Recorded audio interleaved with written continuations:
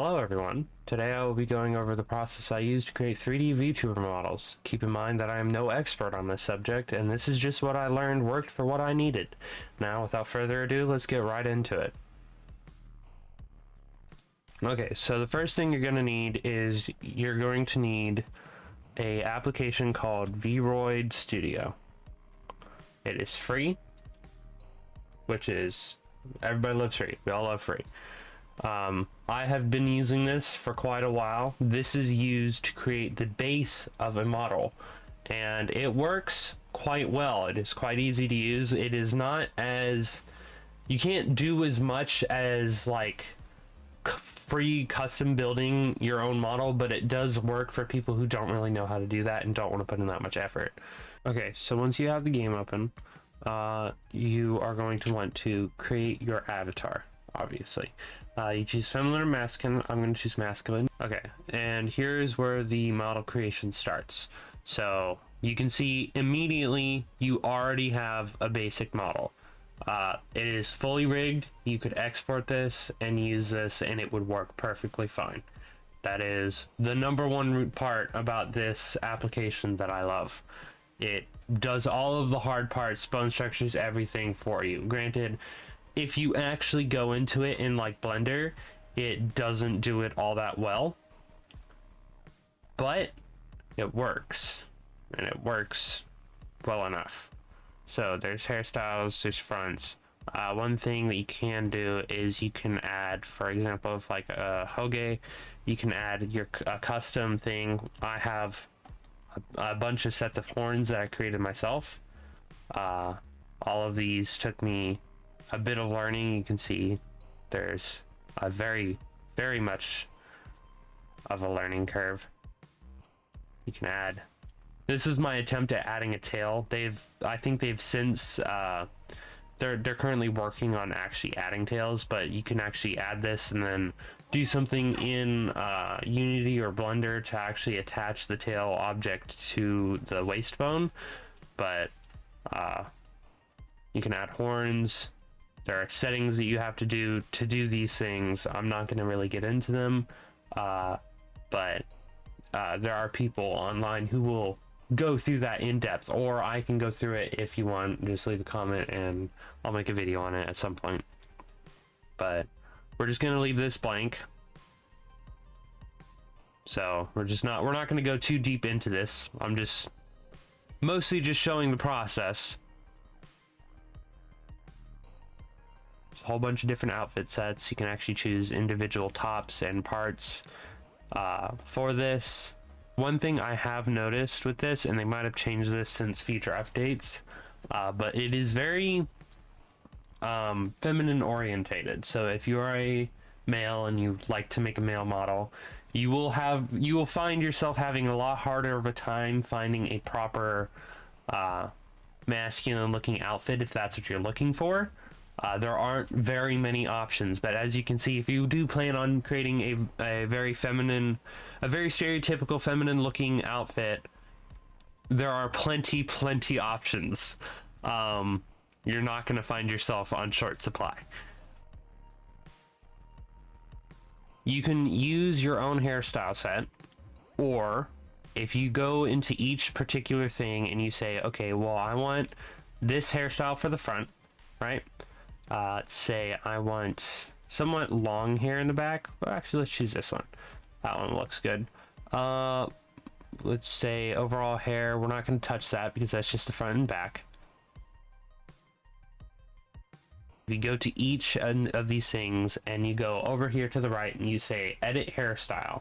This is where it gets somewhat complicated. Each of these things you see on the side here are groups, and in these groups there are hair pieces. And you'll notice it opens up this little mesh, and basically this is kind of like a whiteboard. This is the shape that the hair is drawn on. You can move these pieces and it will actually move the hair to follow along that curve. Let me find a better piece to show this. All right, so if I take this piece and I take this, you'll notice the hair follows that curve. So it's almost like somebody took a kind of like a marker, but it's 3D, and they drew along this mesh piece. So while you're creating the hair, and you can create your own hair by actually using brush and then drawing on this mesh, you can create a hair piece. And now this is how I created the horns. I simply took one of these pieces, which was a hoge, and I went custom, and I created a new, and I used a mesh, a custom mesh, a very complicated custom mesh, to create myself my whiteboard. And then I drew around that and then edited some of the parameters here, such as twist intensity, twist placement. Actually, I need to click on this one. Twist placement, twist intensity, thickness, width. All of these things can help you change these things.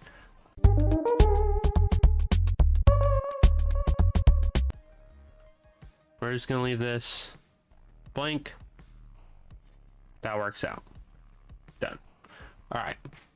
You can also edit the textures of your hair. So if you go to that, you can hit the hair color and you can change this. Or if you go into each of your things, you say this, you go edit hairstyle. You're going to click on this and you're going to hit the material and you're going to hit edit texture. And this will bring up this, it's a rectangle. It's just a rectangle. You're gonna have to do some testing because with the way that the hair works, it is very complicated the way it follows down this, and I can't really explain it myself because I'm not gonna lie, I've completely forgotten by now. Anyways, we're gonna leave the hair texture alone. We're not gonna touch that. All right, so now we essentially have a finished model. This is completely usable. Like I said, it was usable from the start. We've customized it a little bit. It's somewhat unique, sure.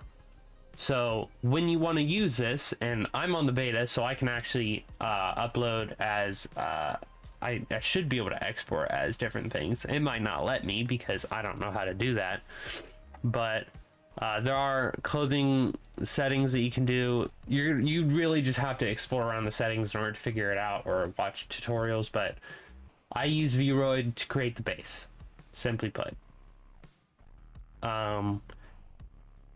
Export is VRM. So you're gonna say reduce polygons. You can do whatever this is. If you know what any of this means, I personally don't, so I'm not gonna touch it.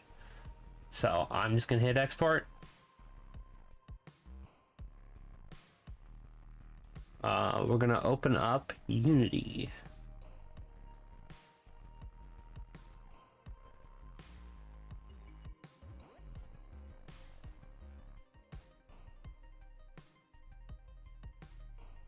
I don't remember. Anyways, so you're gonna have to look that up because I legitimately cannot remember to any. I cannot remember for the life of me. So we're just gonna say, well, that model was okay. Sure, it's gone now. Yeah.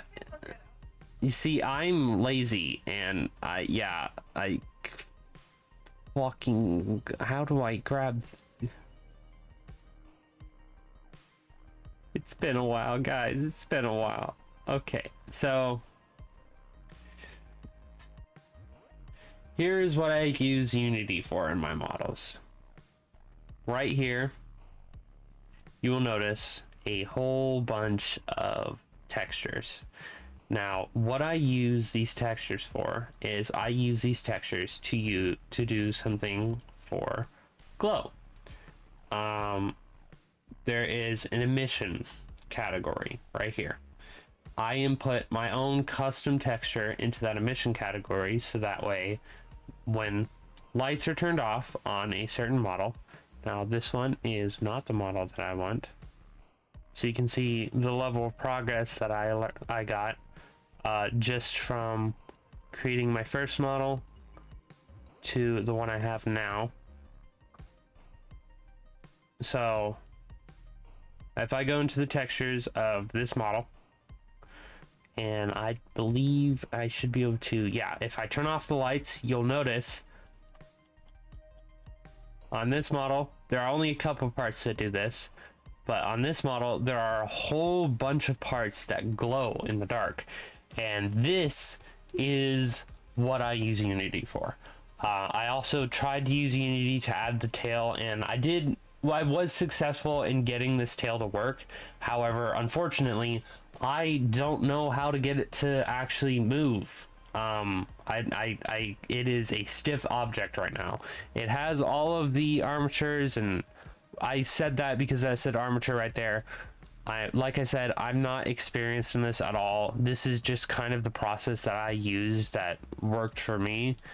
But it has all of the pieces that it needs, but I never was able to figure out how to get that to work. I got it to work once, and then I didn't save, and then I couldn't ever figure out how to do it again. It was pain. But anyways, this is what I use Unity for. I use Unity to add emissions to the textures on my models, and that allows them to glow in the dark, which gives a little fun little aspect to your models. Actually not same with the horns. The horns actually do glow in the dark, but if you look at on my model right now, the top of the horns is actually kind of glowing a little bit right there.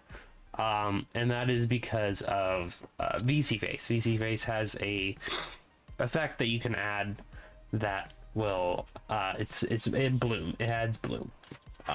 And you can change the sensitivity of it, and right now I have the sensitivity set to where just basically the horns and a little bit of my eyes glow, and obviously the sword. But I'm going to show you how to get this to look like this. So first things first, we're gonna do it with this dragon texture right here. So we need to find the face, which seems to be right here, and we can see this texture. So we click on it, it brings us directly to the texture. We're going to show and explore. You're going to copy that. Make sure you read the numbers so that you can actually see which one it is, but you just right click, show and explore, and then find what number you were looking at. Make sure to click on the image, not the other file, because there will be two files named number 4. So once you have that copied, you are going to want to open up a image editor. I will be using GIMP. Okay, so once you have your image editor in, make sure to import your image, and then this is where things get fun. So all we need is this right here. Okay, so a couple things to note, because I'm a fucking dumbass and I can't explain things properly. 1, in order to use tools on GIMP, oftentimes you will have to click and hold to be able to change your tool. For example, if you see select by color, which I will show you here in a minute, but you want to use fuzzy select, you need to right click and then select fuzzy select, and then you have access to that tool from this bar. Now, on to select by color. Select by color works by you click on an image and it will select every color on the image that is similar to that shade. This works for pretty much anything. You can slide up, down to decrease sensitivity, and then up to decrease sensitivity and down to increase sensitivity. Whatever the fucking words work. You get my point. It's like 3 a.m. I'm tired. Also, another thing, to cancel select, I oftentimes just hit the rectangle select tool, just click, and it'll like click off the screen, and it'll deselect everything. But if you have fuzzy select, pressing shift will let you add selections to your current selection. So if I want to add, I have this black section down here added. If I want to add this, let's say I want to add this iris here, I hold shift and it brings up the little plus mark, and I can select multiple things. If I want to remove one of these things, I hold control and then it will remove whatever I select. So in GIMP, you can use something called the fuzzy select tool. Basically what that lets you do is that lets you select all things that are similar enough of a similar, they're enough of a similar color, and it selects all of those things that are similar. Yeah. It selects all things of a specific color and within a specific range. So what we want to do is we want to keep this and remove everything else from the image. So we're going to go to edit or select. We're going to do invert, and that should select everything else. It's hard to tell, but if you look at the border, you can see that that is now selected, and this is now unselected. So everything that I selected is now exactly the opposite. I've selected everything else, and then I hit delete, and there we go. I now have my texture. Now, what color do I want it to be? Well, let's decide that. I'm going to select this whole thing. I'm going to go to colors, colorize, and then here is where I choose my color. I'm going to do, let's do red, just so that we can see the difference. So we're gonna hit OK. Oh.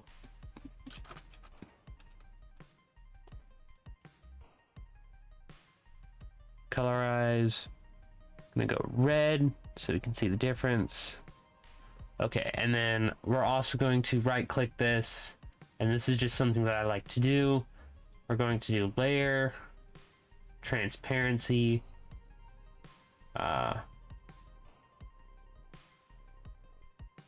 going to do threshold alpha, and we're going to go 0. And that should make it so that none of this should be transparent at all, which is fine. Okay, so when you go to save this, one, you want to make sure that you don't have anything else selected, and I like to do this simply by grabbing the select tool, clicking in a spot, don't move your mouse, and then it deselects everything. So we're going to go to this, we're going to hit export as. Once it opens up this menu, you're just going to, don't bother touching any of this, and then you're going to go back to Unity. So now in here, so we're going to click, we're going to go back to textures, we're going to go back to material, sorry, my bad. We're going to hit the material we were doing before, and then down here on this, we're going to want to select, and then we're going to want to find wherever we put our thing. So we can have, right here we see all of these. This is currently the one I'm using. I want to use this one, so I'm just going to set it to that one. And now when I turn off the lights, it now glows red. You can, there are other settings in here, I believe. Yeah, I believe the darkness of this actually changes the it does change it. So if I have it like this and I turn off the lights, you can notice it does show up normally, so it doesn't have to be dark, but when you go into the dark, this will show up. And it's super simple, super easy. You can do this with any texture, with any whatever you want. You can actually do the whole texture if you want. Like if I wanted to, I can just be like, I want the whole face to glow, and then the whole face will glow. So you can literally just be, you can just make your whole, you can do this with any material. So any one of these you can do that with. Any clothes piece, anything, any of it. And that is kind of what I've done. Obviously I haven't done the whole texture. The only reason this sword is glowing in the background is because I actually outsourced this. I think I put credit in the model description somewhere. But I outsourced this, so this actually has a level of reflection that I actually cannot control. So it does not fully glow in the dark, but it's dependent on the outline. It has to do with the way that Unity works. But yeah, so we're gonna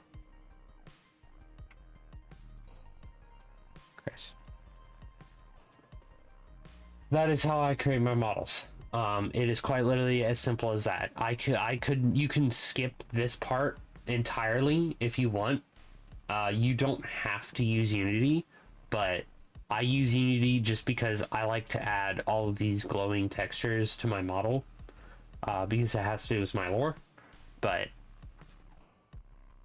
also it looks cool. But yeah, that is how you create a model. Most of it is done in Vroid Studio, and then I just do some texture editing in Unity using the materials and the textures that they give me. So that is quite literally as simple as it gets. I don't personally know of any other real way to make models. Like, I know there are other ways, obviously, but I don't know how to do them. So Vroid Studio has actually been a huge help. I definitely would not be as far as I am without that, because I cannot create a model for the life of me. I tried to mess with Bones and it gave me a headache. But anyways, I hope this helps somebody. Probably won't, but yeah.